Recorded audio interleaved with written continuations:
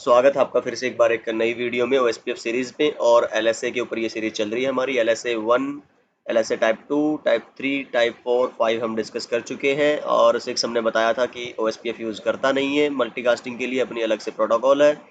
और अच्छा, अब जो बात आती है अगले एलएसए की, वो आपका लास्ट एलएसए है ना, एलएसए टाइप 7। और जैसे कि मैंने थोड़ा सा हिंट दिया था लास्ट वीडियो में कि ये कुछ स्पेशल एरिया टाइप्स हैं आपके, वहाँ पे यूज़ होना है एलएसए टाइप 7। और जनरली हर एक एरिया में आपको नहीं मिलेगा ये सिर्फ एक पर्टिकुलर एरिया बोलते हैं, उस एरिया का नाम है एनएसएसए, नॉट सो स्टबी एरिया। तो नॉट सो स्टबी एरिया को समझने से पहले हमें समझना होगा स्टबी एरिया को, और उसके बाद ही हम समझ पाएंगे नॉट सो स्टबी एरिया को। तो ये जो सारी बातें हैं हम आगे करेंगे, ये सारी बातें, इनकी सेंस तभी बनेगी जब मैं थोड़ा आपको इन एरिया टाइप्स के बारे में थोड़ा बता दूं। अच्छा, अब देखो जरा यहाँ पे कि सपोज करो मेरे पास ना ये कुछ नेटवर्क का टाइप है ओएसपीएफ में कि राउटर 1 अपने पास है, जुड़ा है राउटर 2 के साथ, जुड़ा है राउटर 3 के साथ, राउटर 4, राउटर 5 और राउटर 6। कुछ भी एक सिनेरियो हो सकता है, ये मैंने जीएनएस में लिया हुआ है तो उसी के हिसाब से मैं सेम टू सेम वही बना रहा हूँ। हो सकता है कि 6 ये है और 5 ये है अपना, शायद जीएनएस में है ना, और राउटर 7 ये है। एक बार कंपेयर भी कर लेते हैं हम, कोई अपना पैसा नहीं लग रहा है। ठीक है, यही वाली सेम टोपोलॉजी है। तो चाहे इसी को देख लो चाहे उधर बना लो, और दिक्कत तो कुछ नहीं है, पर ये है कि सिर्फ पेंट में अपने को लिखने के लिए थोड़ी सहूलियत मिल जाती है। ठीक है जी, तो अब देखिए जरा यहाँ पे क्या किया था हमने, रीडिस्ट्रीब्यूशन याद है। और रीडिस्ट्रीब्यूशन के बाद ये जो राउटर 1 है, और ये हमने एरिया माना था 1, ये हमने एरिया लिया हुआ है 0 0। और आई थिंक एक बार देख लेता हूँ मैं, ये एरिया 0 है, ये एरिया इधर वाला 0 है, ये 2 अकेला, और इधर वाले 3 है आपके पास। ठीक है, तो ये आपका है, भूल जाता हूँ बड़ा जल्दी में, इधर 0 है, इधर आपका 2 है ये वाला, और ये आपका 3 है। चलिए, तो इधर तो आपने क्या रन कर रखा है, EIGRP है ना। तो ये आपका अलग ही एक हमने क्या माना था, ऑटोनॉमस सिस्टम है इधर वाला। और ये जो आपका है अलग ऑटोनॉमस सिस्टम है, जो आपका किसका डोमेन है, OSPF का डोमेन है हमारा। ठीक है, अब इसके अंदर, इसमें हमने क्या कर दिया था, EIGRP को रिडिस्ट्रीब्यूट करवा दिया था OSPF के अंदर, OSPF को रिडिस्ट्रीब्यूट करवा दिया था EIGRP में। तो एरिया 1 के अंदर राउटर 1 पे एक नया LSA टाइप जनरेट हुआ था, जिसको हमने क्या बोल दिया था, LSA 5। और ये एरिया इंडिपेंडेंट था, यहाँ पे भी मिलेगा, इस राउटर पे भी, इसमें भी मिलेगा LSA 5, इस पे भी मिलेगा, हर एक राउटर में मिलेगा। ठीक है, पर आप अगर देखोगे ना, मैं आपको अगर अभी दिखाता हूँ कि दिक्कत क्या है इस तरह के सिनेरियोज में। वो आप R1 पे जाएंगे जब और चेक करोगे शो IP OSPF डेटाबेस, तो समरी में देख रहे हो कितने सारे लिंक्स आ रहे हैं आपके पास। और ये तो मैंने सिर्फ वो तब है जब 4-5 राउटर हैं। ठीक, तो और इमेजिन करो जब अपने पास क्या होंगे, hundreds and thousands of routers, और फिर आपके इस डेटाबेस का साइज देखो जरा। तो R2 पे भी जाके चेक करोगे, आप चेक करो शो IP OSPF डेटाबेस, तो R1 तो IR था, लेकिन R2 तो क्या है आपका ABR। फिर देखिए जरा यहाँ पे आपके समरी के लिंक्स एरिया 1 के लिए, फिर अगेन है ना। तो अब करना क्या है, अपने को ट्राई करना है कि इस साइज को कम करना है, इस डेटाबेस के साइज को, है ना। तो LSA 1 रहेगा, 2 रहेगा, उसको हम कुछ कर नहीं सकते, लेकिन समरी के लिए हम क्या करते हैं कि अब एरिया का टाइप चेंज करते हैं। ठीक है, तो एक आता है आपका नॉर्मल स्टब एरिया। तो अभी मैं जो बात करने वाला हूँ वो हम बात शुरू कर रहे हैं, फिर बात करना किसकी, OSPF स्पेशल एरिया टाइप्स की। तो मैंने अभी रीजन बता दिया तुम्हें कि भाई आपका मकसद क्या है एरिया टाइप्स अलग अलग कॉन्फ़िगर करने का। मान लो तुम्हारी ना एक हेडक्वार्टर के साथ आपकी हंड्रेड्स एंड बहुत सारी साइट्स हैं, तो उसकी वजह से जो एक ह्यूज आपकी OSPF की डेटाबेस टेबल बनती है, उसके साइज को आप जितना चाहे, मतलब जितना कोशिश रहे उतना कम करना है आपको, है ना। तो OSPF के रिसोर्सेज, सॉरी OSPF के नहीं, राउटर के रिसोर्सेज OSPF की वजह से आपके मिनिमम कंज्यूम हो, वो हमारा एक यहाँ पे मकसद है। चलिए, अब वो मकसद हम कैसे अचीव कर सकते हैं, उसके लिए हमने अब देखो, अब जरा ध्यान से देखो, कुछ ऐसे राउटर्स हैं जो स्टब की तरह काम करते हैं, मतलब कि इनको है ना बाहर जाने के लिए सिंगल ही एक एग्जिट चाहिए। मान लो कि जो R4 है, इसको अगर ASBR की तरफ जाना है, या इस मान लो इधर का जो भी इनके लिए डोमेन है, तो इनको क्या मतलब है कि भाई उधर से मेरे को क्या समरी मिल रही है, नहीं मिल रही है। तो इसको तो अपने तो लिंक, अगर एरिया मान लो ये क्या है एरिया 2 में और इस एरिया 3 में भी है, तो इसके लिंक्स में तो इसको इंटरेस्टेड है ना। ये हमेशा इंट्रा एरिया रूट हर एक तरह के एरिया टाइप्स में रहेंगे ही रहेंगे, टाइप 1 और टाइप 2। हमें साइज कम करना रहता है टाइप 3 में मेजरली जो रहे तुम्हारा समरी वाला, क्योंकि ज़्यादातर LSAs उसी के रहते हैं तुम्हारे, समरी LSAs है ना टाइप 3 वाले। चलो, अब हमारी क्या रहती है कि एक तरह से अगर मैं R4 को अंदर के अंदर कम्युनिकेशन कराना है सिमिलर एरिया के अंदर, तो जो O वाले लिंक आते हैं याद है, तो उनके लिए तो आपको रखो, कोई दिक्कत नहीं है इंट्रा एरिया कम्युनिकेशन के लिए। लेकिन जब इंटर एरिया की कम्युनिकेशन की बात आती है, जिसमें हम क्या लिखते थे OIA, है ना, तो यहाँ पे अलग अलग रूट आते थे तुम्हारा, ये वाला रूट आ गया, ये रूट आ गया, बाहर के रूट आ गए, तो सबकी अलग अलग LSA की एंट्री मिलती थी। मैंने तुम्हें दिखाया भी था, अभी दोबारा चेक भी करवा देता हूँ। R4 पे चेक करो जरा जाके, और शो IP OSPF डेटाबेस करोगे, ये देखो समरी में देख लो, तुम्हारा सबसे ज्यादा कंज्यूम कहाँ पे हो रही है, मेमोरी समरी LSAs में ही हो रही है ना, है ना। तो इन्हीं को मेरे को क्या करना है, रिड्यूस। अब उसका तरीका समझ लो कि एक साइड तुम क्या कॉन्फ़िगर कर दो तुम्हारे OSPF के एरिया टाइप को, स्टब एरिया, ठीक है।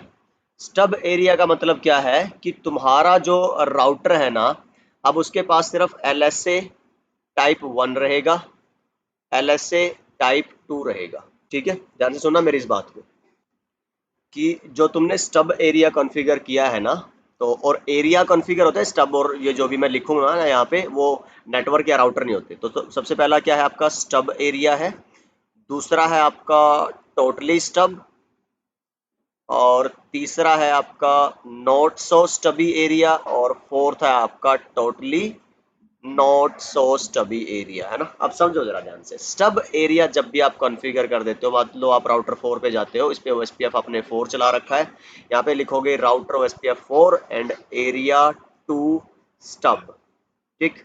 इसका मतलब क्या होगा, इसके पास एरिया सॉरी LSA 1 रहेगा, LSA 2 रहेगा, LSA 3 रहेगा, लेकिन इसके पास अब LSA 4 एंड 5 नहीं रहेंगे।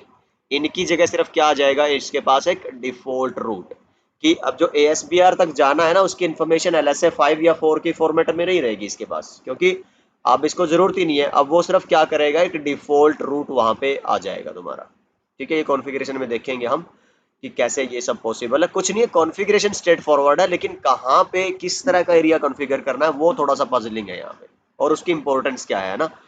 तो देखो जी, क्या बात बोली मैंने, जब आपने स्टब कॉन्फ़िगर कर दिया तो इसका मतलब वो टाइप 1 होगा, उसके पास टाइप 2 होगा, टाइप 3 होगा, लेकिन 4 और 5 तुम्हारे पास नहीं रहेंगे।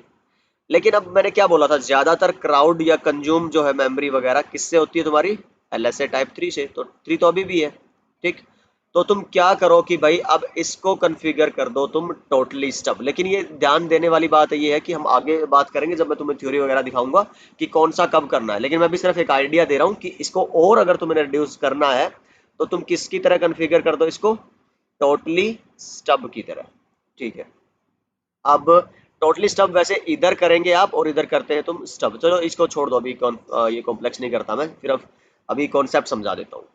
तो टोटली स्टब में और बेहतरीन क्या है कि ये LSA 4 भी नहीं रखेगा, 5 भी नहीं रखेगा, और इवन 3 भी नहीं रखेगा। तो सिर्फ कौन से LSA होंगे इसके पास, 1 2, और इवन दूसरे एरियाज तक जाने के लिए भी, नॉट जस्ट ASBR, बाकी एरिया तक जो OIA वाले होते थे ना, उनके लिए जाने के लिए भी ये क्या करता है, सिर्फ एक डिफॉल्ट रूट। तो इसकी राउटिंग टेबल में ना सिर्फ आपको 3 ही चीजें मिलती हैं, एक मिलेगा LSA टाइप 1, एक राउटिंग टेबल में नहीं कह रहा हूँ मैं, डेटाबेस टेबल में कह रहा हूँ ना, तो एक LSA 1 LSA 2 और तीसरा मिलेगा एक कहीं और, जो जब LSA टाइप 1 और 2 किसके लिए थे, इंट्रा एरिया, सेम एरिया को, मान लो आप एरिया 2 में टोटली स्टब कॉन्फ़िगर कर रहे हैं, तो इसमें जाना अगर इसी के रूट्स के अंदर, तो 1 एंड 2 आपको ऑब्वियसली यूज करना है।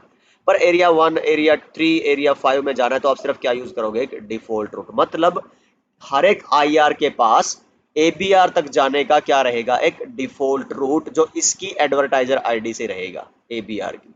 तो चाहे इस डायरेक्शन में हो और इस डायरेक्शन में, इसलिए हम ये भी बोलते हैं कि जब स्टब एरियाज होते हैं ना, मतलब जिसके सिंगल एग्जिट है पॉइंट, वहीं पे इस तरह की कॉन्फ़िगरेशन आपकी, मतलब आपको पता है सिर्फ कि इस तरफ कहाँ भेजना है, एक ABR की तरफ, खत्म। तो आई होप ये बात आपको समझ आ गई होगी। दोबारा बता देता हूँ थोड़ा सा आपको क्लीन करके यहाँ से, कि जो तुम्हारा स्टब है, स्टब एरिया के अंदर LSA 1 भी रहेगा, LSA 2 भी रहेगा, 3 भी रहेगा, 4 एंड 5 नहीं रहेंगे, इनकी जगह रहेगा एक डिफॉल्ट रूट। लेकिन जो आपका टोटली स्टब है उसमें आपके पास सिर्फ LSA 1 रहेगा, सिर्फ LSA 2 रहेगा, ना तो रहेगा LSA 3, ना 4, ना 5, और इन सब की जगह सिर्फ क्या रहेगा, एक डिफॉल्ट रूट। चाहे आपको ASBR तक जाना हो या फिर किसी और इंटर एरिया तक जाना हो, तो सिर्फ आप अपने ABR तक जाने का क्या यूज करोगे, डिफॉल्ट रूट, और ABR के पास अब उधर वाले की इंफॉर्मेशन है, क्योंकि ABR को तो पता है ना दूसरे राउटर्स का और एरियाज का। तो ये गेम है जी आपका स्टब एंड टोटली स्टब का। पर एक चीज सोचने वाली है कि स्टब और टोटली स्टब हम सिर्फ उन्हीं में कॉन्फ़िगर करते हैं जहां पे तुम्हारा ASBR नहीं है, क्योंकि देखो मैंने क्या बोल दिया यहाँ पे, तो आपने टाइप 5 और 4 खत्म कर दिया ना बिल्कुल। तो जब टाइप 5 एंड 4 ही नहीं है तो आपके पास ASBR की कोई इन्फॉर्मेशन नहीं है। पर अब मान लो तुम्हें ऐसे वो चाहिए है कि एरिया टाइप्स जिनमें तुम्हें ASBR की इंफॉर्मेशन भी चाहिए, ठीक है, उस तरह के एरियाज जहाँ पे तुम्हारा ASBR है और वहां तुम्हें समरी LSS को मिनिमाइज करना है या कंप्रेस करना है, तो उस जैसे एरिया में, जैसे ये कौन सा एरिया है, एरिया 1, यहाँ पे मेरा ASBR है ना, ये R1 जहाँ पे रिडिस्ट्रीब्यूशन हो रखा है।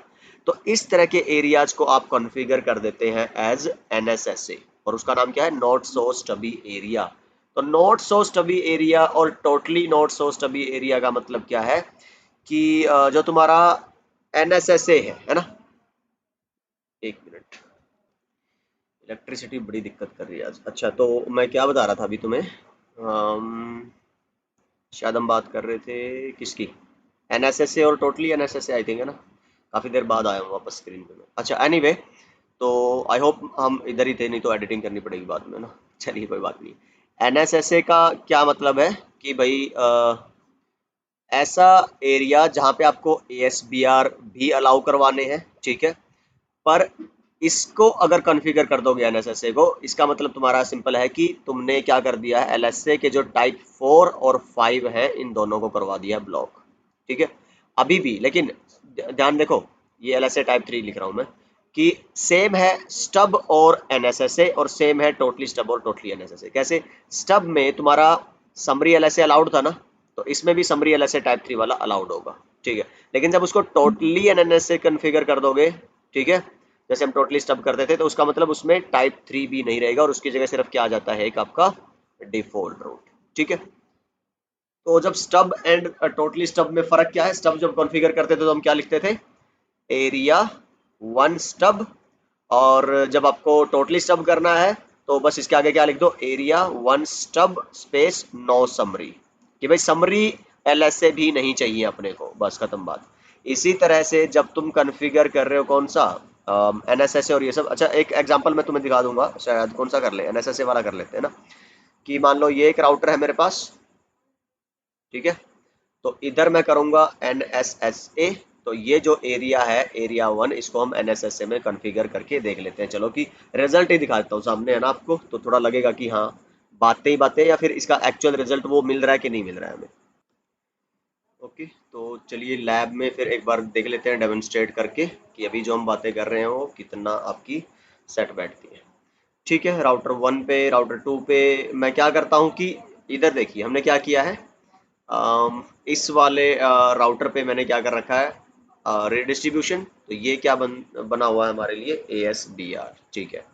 तो हम क्या चाहते हैं कि जो ASBR वाला एरिया है, मान लो जो एरिया 1 है, उसको हम किसकी तरह कॉन्फ़िगर करना चाहते हैं, स्टब और टोटली स्टब तो कर नहीं सकते, क्योंकि फिर तो ये क्या है तुम्हारा टाइप 5 और ये सब जनरेट ही नहीं करेगा, तो ASBR तक बाकी लोग कैसे पहुंचेंगे।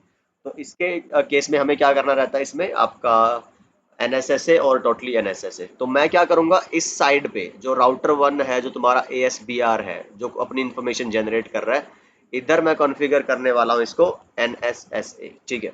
और ABR जिसको आपका डिफॉल्ट रूट जनरेट करना है उसको मैं कॉन्फ़िगर कर देता हूँ आपका टोटली NSSA, ठीक है। तो अब ये क्या करेगा, यहाँ तक आने के लिए हर जगह डिफॉल्ट रूट आपके भेज देगा। चलिए हम ट्राई कर लेते हैं एक बार कि R1 पे है ना। तो मैंने बताया था आपको कॉन्फ़िगर करने के लिए आपको जाना होगा अगेन राउटर के अपने OSPF प्रोसेस में। तो इस पे मेरा 1 है और एरिया मैंने बताया था आपका स्टब नो स्टब वो सब होता है। तो आप यहाँ पे क्वेश्चन मार्क अगर देखेंगे कौन सा है मेरा 1, तो इसमें देखो आपको NSSA स्टब आपका फिर अच्छा टोटली NSSA और टोटली स्टब नहीं मिल रहा है ना। तो स्टब करोगे तो इसमें क्वेश्चन मार्क करोगे आगे नो समरी लिखते ही ये टोटली स्टब बन जाएगा, मतलब आपको समरी रूट पे नहीं चाहिए। और ऐसे ही NSSA लिख के एंटर कर दोगे तो ये NSSA रहेगा नोट सो स्टब। और अगर इसी में आपको टोटली NSSA करना हो तो अगेन नो समरी कर दो। तो अभी मैं राउटर 1 पे हूँ तो इसको मैंने क्या कर दिया NSSA। अच्छा एक और नेबरशिप की कंडीशंस जो है हमने पढ़ा है अभी तक OSPF में, उसमें बाकी सारी तो चीजें पड़ी थी कि भाई टाइमर आपकी आइडेंटिकल होने चाहिए, फिर आपका MTU, फिर आपकी ऑथेंटिकेशन, एरिया आईडी। पर हमने ये नहीं पढ़ा था कि जो आप एरिया टाइप कॉन्फ़िगर करते हो ना वो भी सेम होना चाहिए दोनों साइड के राउटर पे। अगर वो सेम नहीं होगा तो तब भी आपकी नेबरशिप रीसेट हो जाएगी, डाउन हो जाएगी। अब देखो यहाँ पे डाउन है ना। तो अगर आप नेबरशिप चेक करोगे do show IP OSPF neighbour, तो आप क्या हो अभी डाउन की स्टेट में हो। और बहुत कम आपको डाउन की स्टेट देखने को मिलती है ना इसी तरह की सिनेरियो से। और आपका कोई डेट टाइम भी रीसेट नहीं हो रहा, मतलब आपको हेलो वगैरह कुछ है ही नहीं, आप डाउन है OSPF आपका।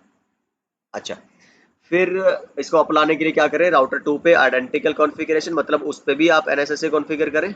तो इस पे मेरा OSPF का प्रोसेस चल रहा है 2 और यहाँ पे मैं लिख देता हूँ आपका एरिया अगेन कौन सा है 1 NSSA, और मैं इसको कौन सा बनाना चाहता हूँ आपका टोटली NSSA, ठीक है। अब इतना करने के बाद अगर आप चेक करेंगे यहाँ पे देखो आ गई नोटिफिकेशन एडजेसेंसी अप होने की। नेबर चेक करोगे फुल है और DRBDR आपको मैंने पहले ही बता रखा है। अच्छा एक और काम करना, पहले मैं आपको डायरेक्ट ये दिखा रहा हूँ और एक आपको काइंड ऑफ होमवर्क है कि इधर अभी नो समरी मत करना और पहले सिर्फ एरिया 1 NSSA करना, इधर वाली साइड भी इधर वाली साइड भी, फिर देखना कि आपको डेटाबेस में क्या दिखता है। अभी बता भी दूंगा वैसे मैं। तो शो IP OSPF डेटाबेस करोगे, चेक करो जरा यहाँ पे एरिया 1 के अंदर। तो मैंने क्या बोला था आपको LSA टाइप 1 और 2 उसमें तो कोई लफड़ा नहीं है, वो तो एज इट इज रहेंगे ही रहेंगे। लेकिन सबसे मेन चीज है यहाँ पे LSA टाइप 3 को आपने सारी समरी को हटा के सिर्फ क्या कर दिया उसके लिए एक सिंगल रूट दे दिया, और वो क्या है आपका डिफॉल्ट रूट। और किसके थ्रू है वो आपका 20.2 इस राउटर को, मतलब इधर कहीं भी जाना है आपको वहां से आप डायरेक्टली क्या यूज कर लो एक समरी का डिफॉल्ट रूट है। तो ABR को भेज दो, ABR को पता है बाकी एरियाज में कैसे जाना। क्यों पता है इसको, क्योंकि आपको पता है कि ये ABR है, ABR का तो काम ही यही है। अब उसको एरिया 0 का भी पता है, एरिया अगर कोई और हो तो अभी तो खैर मान लो एरिया 1 और 0 का ही है तो 0 का पता है, अगर किसी और को भी इसने कनेक्ट किया होता तो उसका ही पता होता है इसको। फिर समरी लिंक एरिया 0 के लिए तो देखो कितने सारे रूट्स हैं आपके पास, देखो जरा ये देखो।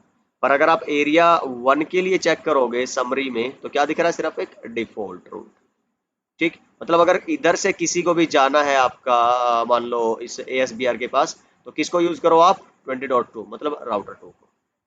बात समझ आ गई। अच्छा एक और इंटरेस्टिंगली देखो यहाँ पे R1 में कोई LSA टाइप 5 मिला आपको, नहीं। NSA से कॉन्फ़िगर करते ही आपके पास सिर्फ कौन से रहते हैं टाइप 1 टाइप 2, फिर एक टाइप 3 में एक डिफॉल्ट रूट और टाइप 7 सिर्फ। टाइप 5 टाइप 4 कुछ नहीं है। और यहाँ पे भी देखोगे राउटर 2 पे इसमें भी टाइप 7 है और यहाँ टाइप 5 एरिया 1 के लिए नहीं है, देखो आप ध्यान से। तो ये किसके लिए है कि जब भी ABR को इन्फॉर्मेशन उधर भेजनी होगी ना, कहाँ तक जाने के लिए आपके ASBR और उसके थ्रू जो रूट्स है ना, तो उसके लिए फिर को क्या जनरेट करना पड़ता है टाइप 5 ना। क्योंकि जो आपके दूसरे राउटर्स हैं नेटवर्क में OSPF के डोमेन में उनको थोड़ा ना पता है कि टाइप 7 नाम का भी कोई LSA है। ये सिर्फ किसके लिए बना होता है आपके NSSA और टोटली NSSAs एरियाज के लिए। तो इसका जो वजूद है, जो इसका स्कोप है, सिर्फ उसी एरिया के अंदर है। तो अभी हमारा वो एरिया कौन सा है, एरिया 1। बाकियों के लिए तो फिर ये क्या करेगा, जो ABR राउटर 2 है ये कन्वर्ट कर देगा टाइप 7 को टाइप 5 में। टाइप 5 को 7 में नहीं कर सकता, ये चीज याद रखिएगा, ठीक। तो इसलिए आपको यहाँ पे टाइप 5 मिल रहा है। R3 पे चेक करोगे जाके शो IP OSPF डेटाबेस, ठीक है, तो चलिए यहाँ पे शो IP OSPF डेटाबेस। तो एरिया 0 के सारे आपके LSA टाइप 1 2 3 हैं आपके पास, फिर एरिया 2 के हैं।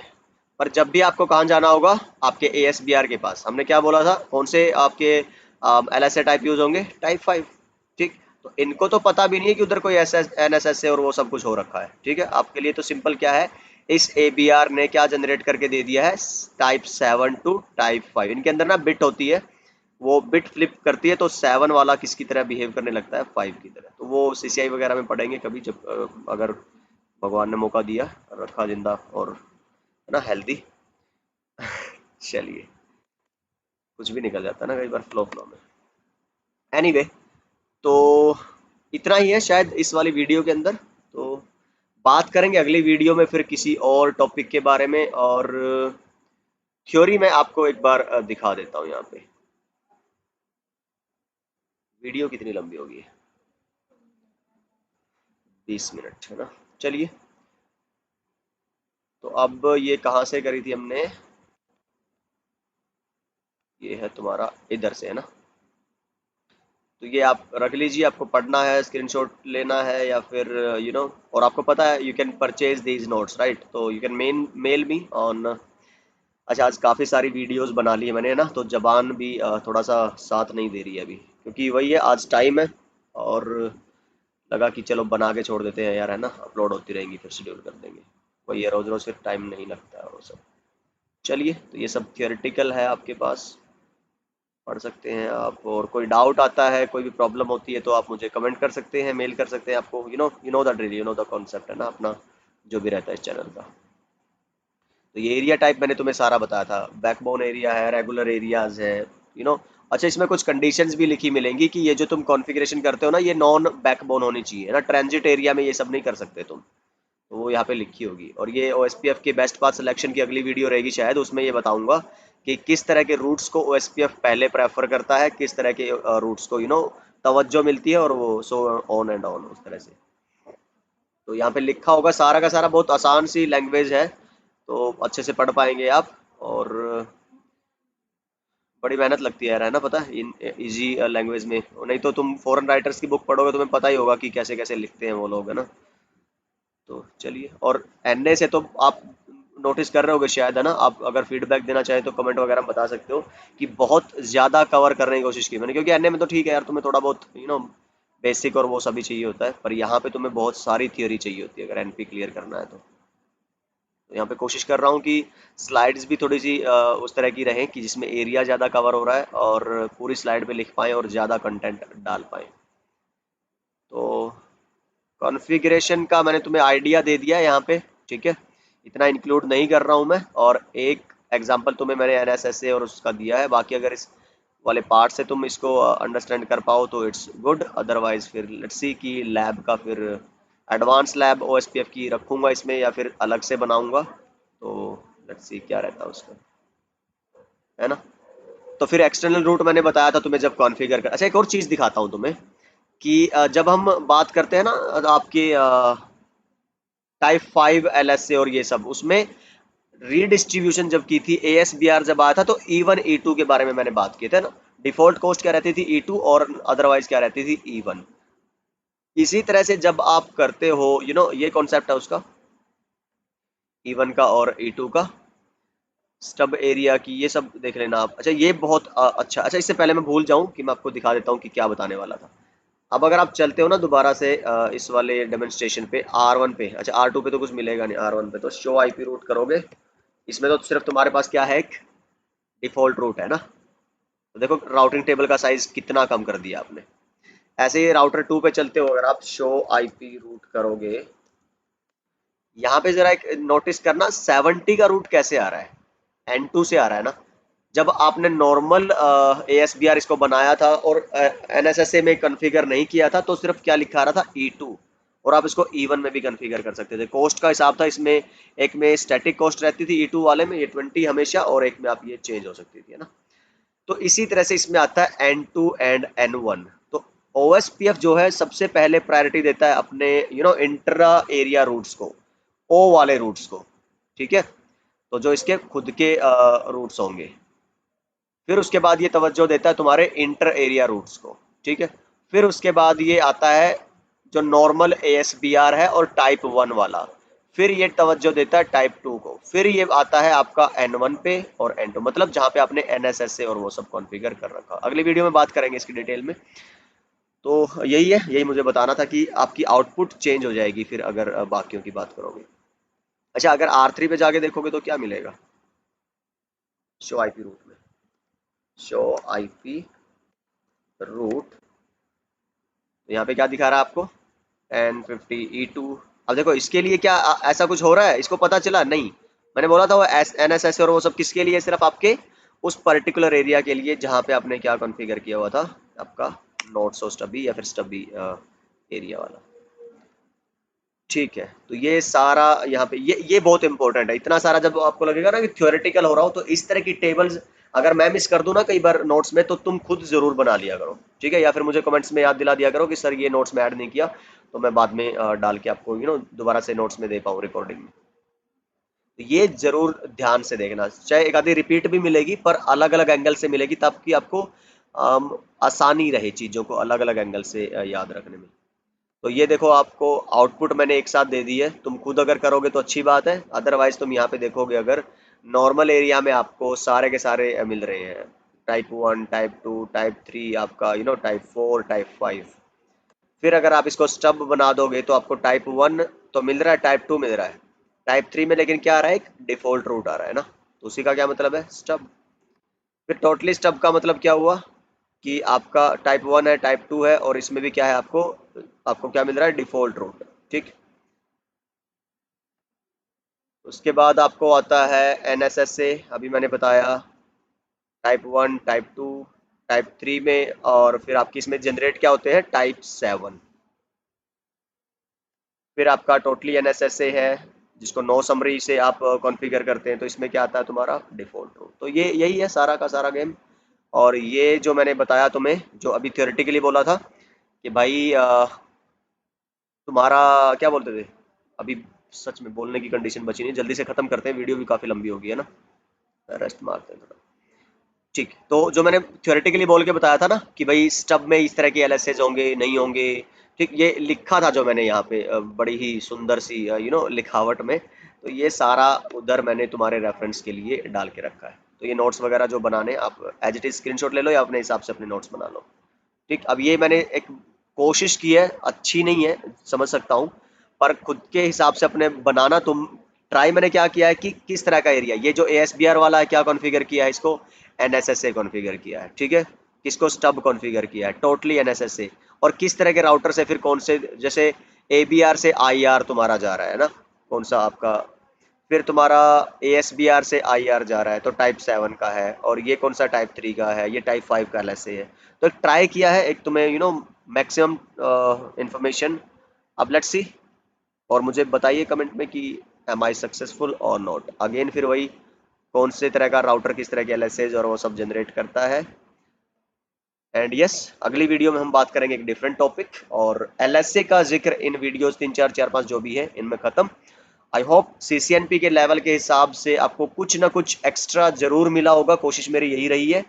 तो I see you guys in the next video के, अभी बोलने का जस्ट फिनिश, खत्म, खलास है ना। तो मिलता हूँ आपसे अगली वीडियो में, सीखते रहिए, सिखाते रहिए और मस्त रहिए। Bye bye.